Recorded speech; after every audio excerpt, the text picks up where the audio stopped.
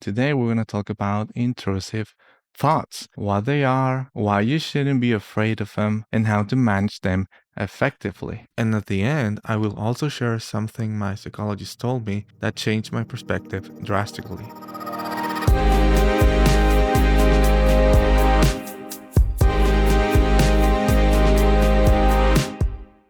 So, what are intrusive thoughts? Guys, it's very important to know your enemy if you want to decide on a strategy to attack them. According to David Clark, intrusive thoughts, images, or impulses are defined as any distinct, identifiable cognitive event that is unwanted, unintended, and recurrent.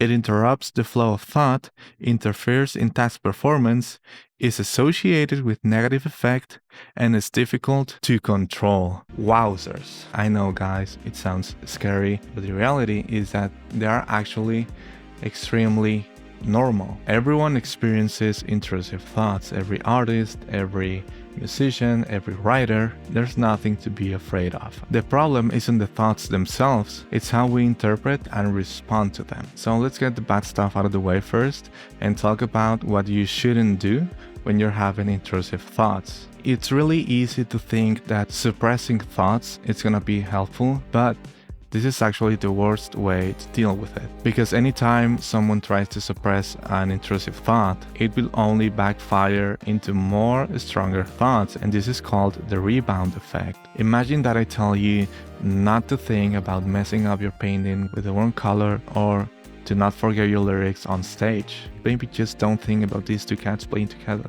Cutting up, I want a mouse. Are you still thinking about him? Stop thinking about it.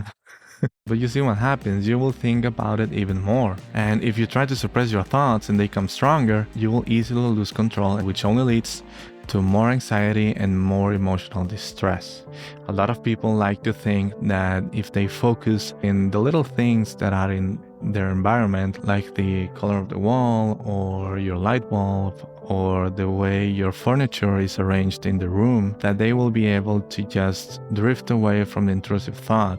But the fact is, and research shows, that thing you are using as a distractor, it will become known as something that is not that intrusive thought you were having. And the next time you see it, it will only remind you of the thing you were trying to avoid in the very first place. Let's just say that you're having a thought, I will never learn this song because I'm very slow at learning. And you try to focus on the fact that you don't like the color of your wall, to use it as a distractor and not think about that thought you were having. What this is going to accomplish is that, first of all, you will not be able to control the thought. And second, the next time you see the wall and think about not liking the color of the wall, you will also start to see it as the thing you were trying to use to avoid an intrusive thought. This will bring back the intrusive thought and will also create a sense of failure.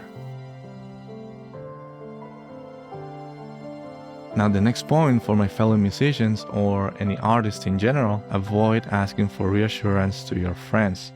It's totally okay. It's great if you show your art or your work to someone else and ask for some feedback, but the problem lies when you are just looking for reassurance because you don't believe that your piece of work is actually any good. Doing this will only increase your sense of self-doubt, and you will keep doing this for all the following pieces that you start to work on. The next thing is avoiding creative challenges out of fear will make those intrusive thoughts even stronger. Let's just say that you have a thought, you're not good enough at drawing, therefore you interpret it as you will never be good, everyone is so much better, and then you find out about a contest that is being hosted by one of your favorite artists.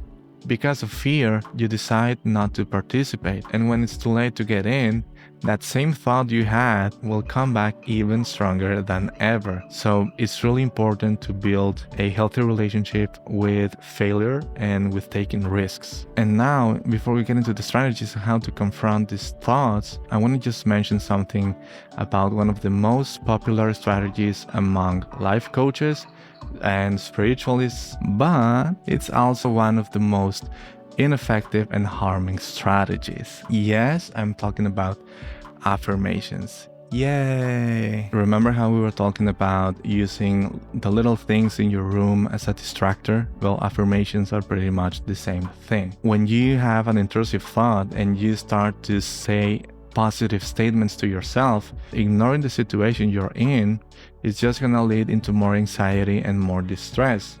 So please do not draw on affirmations when you're dealing with something like this. The more intrusive thoughts you have, and the more you rely on affirmations, that's just gonna lead into more emotional distress. So, what can we do instead? Fortunately, there are a lot of ways to confront intrusive thoughts. The first point I want to talk about is called cognitive reframing, and reframing is the key word. This is how you should be changing the way you interpret your thoughts. Reframing the meaning of the thoughts, as in, just because I'm thinking this, it doesn't mean it's true. Understanding that everyone experiences intrusive thoughts and they do not represent any danger at all. So instead of thinking, my work is not original enough, just try to say, you know what, every artist struggles with this, it is just part of the process, that's totally fine, I will be better. Try to write down an intrusive thought that comes to your head often. It can be related to your art, to your music, or to anything in general. Be honest with yourself and ask, is this thought 100% true? Spoiler alert, it is not. Are there other artists that experience the same thing as me? Spoiler alert, yes, there are. So many. The next thing, it's not about having to do something, but more like a mindset to have. And I can't stress enough how important it is to be kind to yourself, to be extremely kind, to have a lot of compassion and to have a lot of patience. Acknowledging intrusive thoughts without having an emotional reaction to them, it's very important. And you can even use some mindfulness techniques. I just like to sit down and meditate for a few minutes and try to kind of visualize the thought in my head and just see how it passes by without having to engage. And while doing that, just detaching myself from the thought by just saying, you know what, this is just a thought. This is not a truth and this is not a fact. Be very kind to yourself and try to write down a letter. It can be handwritten, it can be on your cell phone and your computer. Write down a letter comforting a fellow artist who's having the same struggle, okay? And say things like, it's extremely normal that creative people struggle with self-doubt, and that doesn't mean that your art is not having an impact in the world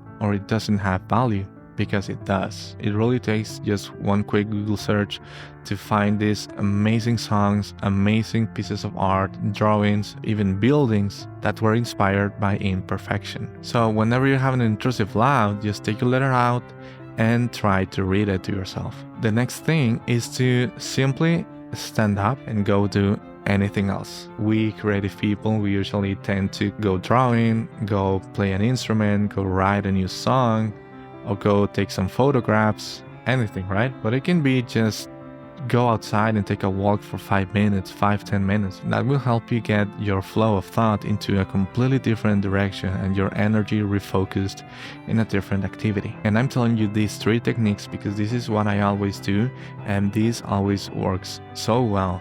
But it's very important that you kind of do all 3 of them at the same time, because we are trying to confront the intrusive thoughts. We are not avoiding, we are not ignoring, we are gaining power over them.